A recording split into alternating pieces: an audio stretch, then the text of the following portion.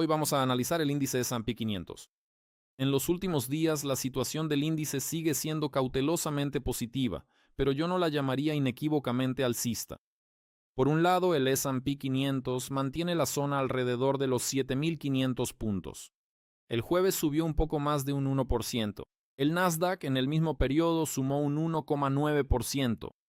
El viernes hubo una ligera caída, pero sin embargo, la semana cerró con una vela verde. El principal motor del mercado sigue siendo el sector de la inteligencia artificial. Según estimaciones de los analistas, las ganancias de las empresas tecnológicas podrían crecer este año aproximadamente un 39% y aportar más de la mitad de todo el incremento de beneficios de las compañías del índice S&P 500. Además, las mayores empresas de tecnología siguen invirtiendo activamente en infraestructura de IA. Según estimaciones de Goldman Sachs, el gasto en este tipo de proyectos podría alcanzar los 754.000 millones ya este año. Es decir, el flujo de dinero continúa. Los analistas de los mayores bancos de inversión de Wall Street también se muestran muy optimistas. Por ejemplo, Goldman Sachs elevó su objetivo para el S&P 500 a 8.000 puntos para finales de este año. Morgan Stanley apunta aún más alto, 8.300 puntos, aunque para mediados del próximo año. Al mismo tiempo, Morgan Stanley prevé un crecimiento de las ganancias de las empresas del índice de aproximadamente un 23% este año y otro 12% el próximo. Wells Fargo también ha elevado su pronóstico. Ha elevado su objetivo para el índice de 7.300 puntos a 7.950. Actualmente, el índice se cotiza en torno a 7.500.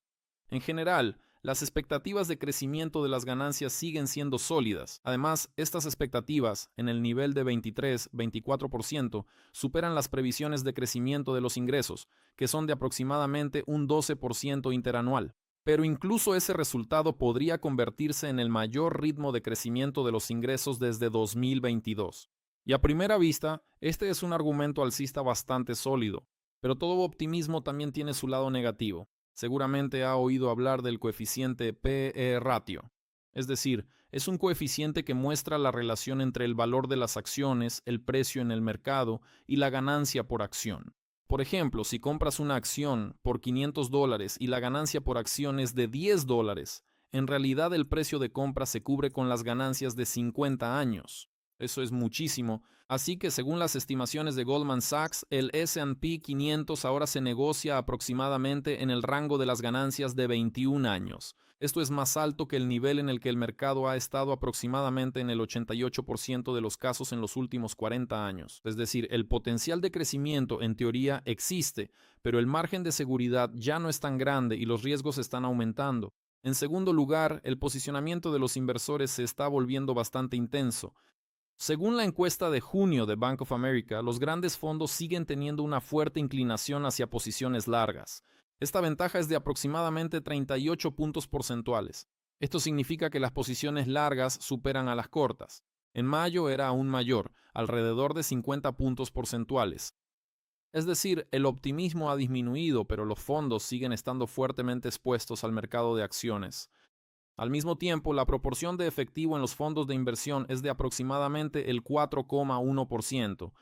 Esta es una reserva de liquidez muy baja en caso de que la situación comience a empeorar. Tampoco se observa pánico entre los inversores particulares. Según los últimos datos, alrededor del 37% de los participantes del mercado tienen una actitud alcista.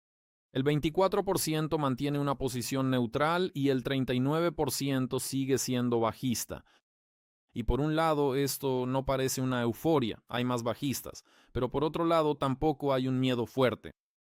Al mismo tiempo, el 39% de bajistas, por supuesto, es bastante, y no se puede descartar que el mercado pueda seguir creciendo durante algún tiempo, obligando a parte de los bajistas a cerrar sus posiciones cortas y pasarse al lado de los compradores. El siguiente riesgo es la concentración del crecimiento. Unas pocas de las mayores empresas tecnológicas están teniendo una influencia cada vez mayor en el índice. Bueno, todos lo sabemos, SpaceX, OpenAI, Anthropic. Y ante todo, son empresas relacionadas con la inteligencia artificial. Mientras el sector de la IA siga creciendo, todo está bien, pero si los inversores se decepcionan con el ritmo de crecimiento, la corrección puede ser rápida y bastante brusca. Hay otro riesgo importante, la inflación y las tasas de interés. La Reserva Federal sigue de cerca el índice básico de inflación. Es uno de los indicadores clave de la presión inflacionaria para el regulador estadounidense. Si la inflación vuelve a acelerarse hasta el nivel del 3,4%, como estiman algunos, las conversaciones sobre la reducción de tasas pueden cambiar muy rápidamente a discusiones sobre su aumento. Y les recuerdo que las tasas altas significan dinero más caro, lo que implica un mayor riesgo de desaceleración económica, menor crecimiento de las ganancias y una mayor presión sobre el mercado de acciones. Si sacamos una conclusión general sobre el S&P 500, el sentimiento es bastante alcista. El auge de la IA, enormes inversiones en infraestructura de inteligencia artificial, revisiones al alza de los objetivos por parte de bancos de inversión como Goldman Sachs, Morgan Stanley, Wells Fargo, así como el mantenimiento del índice por encima de medias móviles clave de mediano plazo. Pero el mercado ya está caro, se negocia cerca de máximos históricos.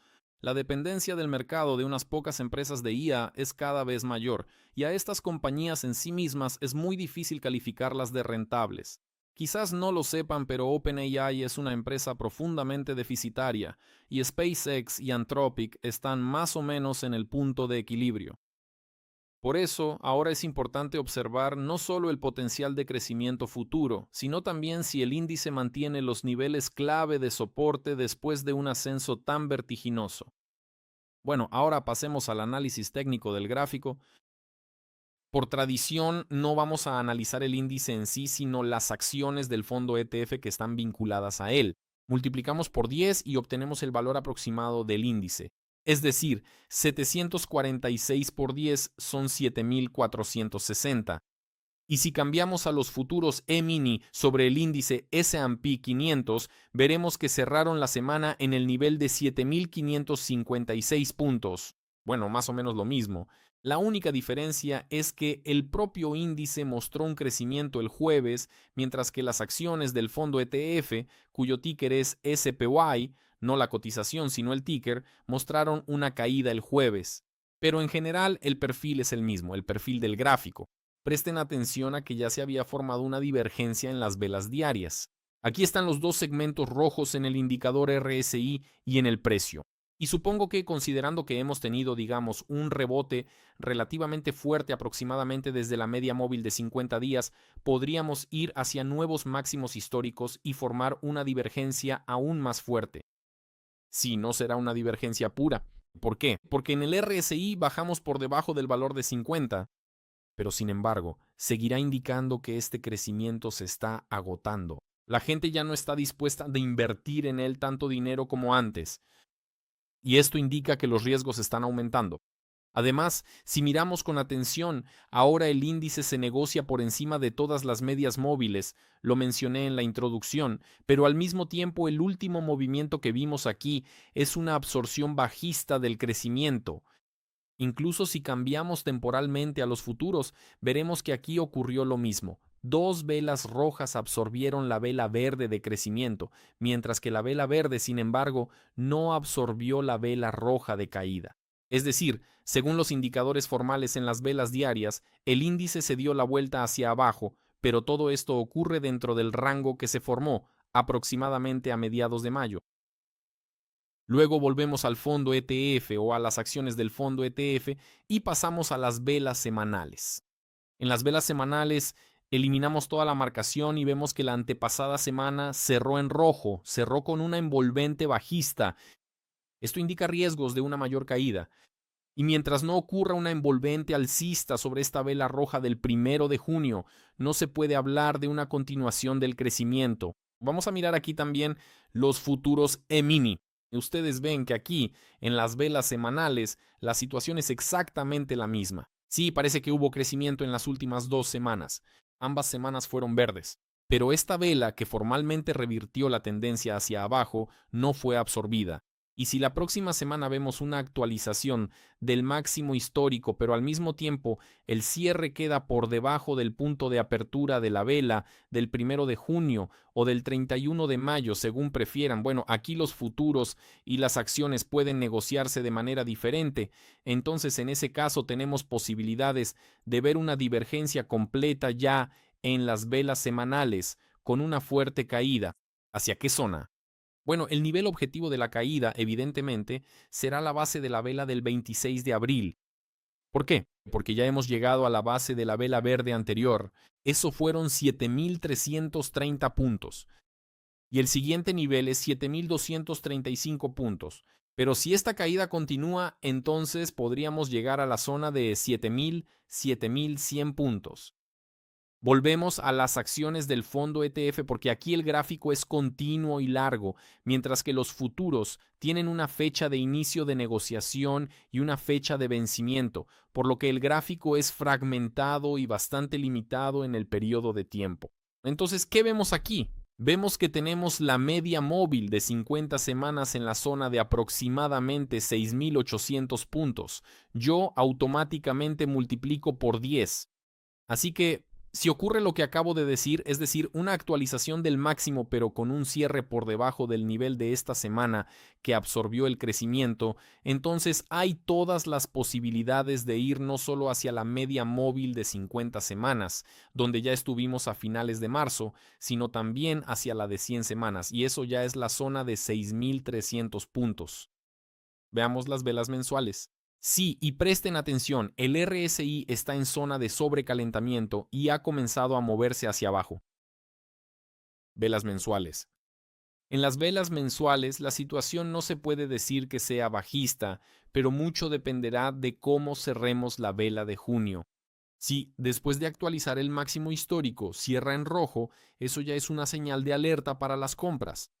Además, fíjense que aquí los máximos claramente están subiendo, pero aquí los máximos correspondientes del RSI claramente no están subiendo. Esto es una divergencia, y además muy marcada en las velas mensuales. Y esto indica que la caída podría ser no solo hasta la media móvil de 50 meses en la zona de 5.350 puntos, 5.500 puntos, sino incluso mucho más abajo. Presten atención, ya hemos llegado a la media móvil de 100 meses, así que si esta situación se desarrolla, podríamos ver incluso la de 200 meses, porque el mercado está claramente sobrecalentado. Volvamos a las velas diarias y determinemos los niveles clave. En las velas diarias he marcado los niveles clave tal como yo los veo. Y ahora voy a hablar específicamente sobre la acción del fondo ETF, para que no haya confusión.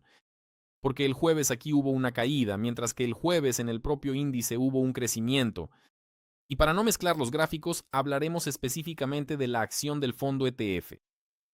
Miren, había un nivel clave de reversión en $748 con 17 centavos. El jueves fue superado y el viernes, a pesar del rebote, no lograron consolidarse por encima de él. Por lo tanto, toda esta estructura bajista con absorción de oso indica una posible caída hacia el nivel de $731 con 58 centavos y potencialmente incluso más abajo hacia este nivel que se estableció no hace mucho, el 10 de junio, en $725 con 33 centavos. En última instancia, esta es la zona de la media móvil de 50 días. Al mismo tiempo, si el lunes vemos una consolidación por encima de este nivel de 748,17, entonces aumentan drásticamente nuestras posibilidades de un movimiento primero hacia el siguiente nivel de 759,45 y segundo, hacia una actualización del máximo histórico con la formación de una divergencia. Y el hecho de que entre los inversores minoristas el 39% permanezca en posiciones cortas indica que el mercado o el índice podría realizar otro movimiento al alza para sacar a estos 39% de bajistas. No a todos, pero sí a una parte, y así dar confianza a muchos otros que querrán comprar en los máximos históricos. Yo, por mi parte, les recomiendo abstenerse de cualquier compra, a pesar de que el índice aparentemente sigue creciendo y a pesar de que los mayores bancos de inversión están dando pronósticos de crecimiento del índice hacia la zona de 8.500 puntos hasta finales de este año e incluso hasta mediados del próximo. Espero que me hayan entendido. No hay que comprar en los máximos históricos. Es mejor comprar en algunos niveles clave, como los mínimos anuales o incluso los mínimos de varios años. Por eso, tengan paciencia. Espero que también escuchen mi otro mensaje, que la plataforma QuantFurry, donde hicimos el análisis juntos, les permite operar con absolutamente cero comisiones en miles de instrumentos financieros, desde el mercado de acciones hasta el de criptomonedas, desde el mercado Forex hasta materias primas, índices, fondos ETF y mucho más. Hasta luego.